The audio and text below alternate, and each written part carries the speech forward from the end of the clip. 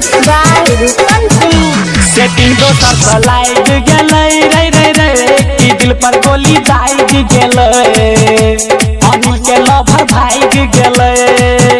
Setting दोसर से लाइग गेलै रे रे रे कि दिल पर गोली दाग गेलै अनिल के लवर भाग गेलै।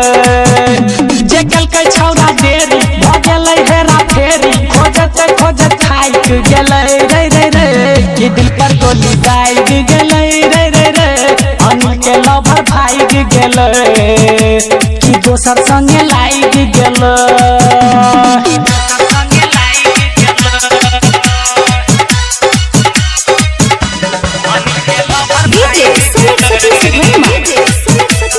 रूपम recording studio जीवास Chowk Madhubani.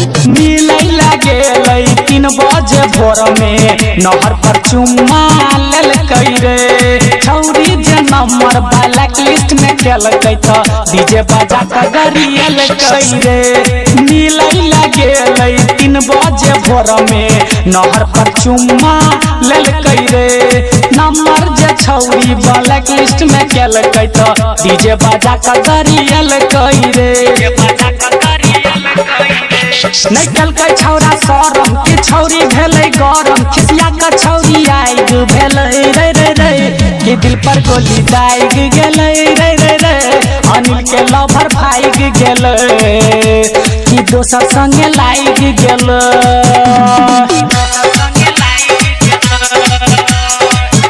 Mixed by Rupam Singh।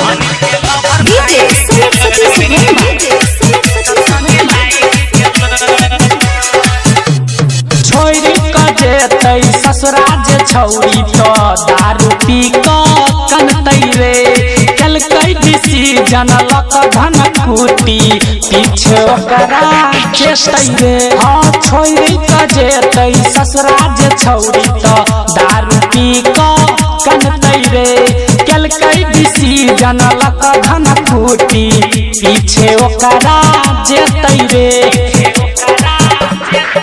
देलकै जे लवर लेटर बवाल भेलै मेटर घनश्याम गायब गेलै रे रे रे कि दिल पर गोली दाग गेलै रे रे रे अनिल के लवर भाग गेलै कि दोसर संगे लाग गेलै। रूपम रिकॉर्डिंग स्टूडियो जीवास चौक मधुबनी।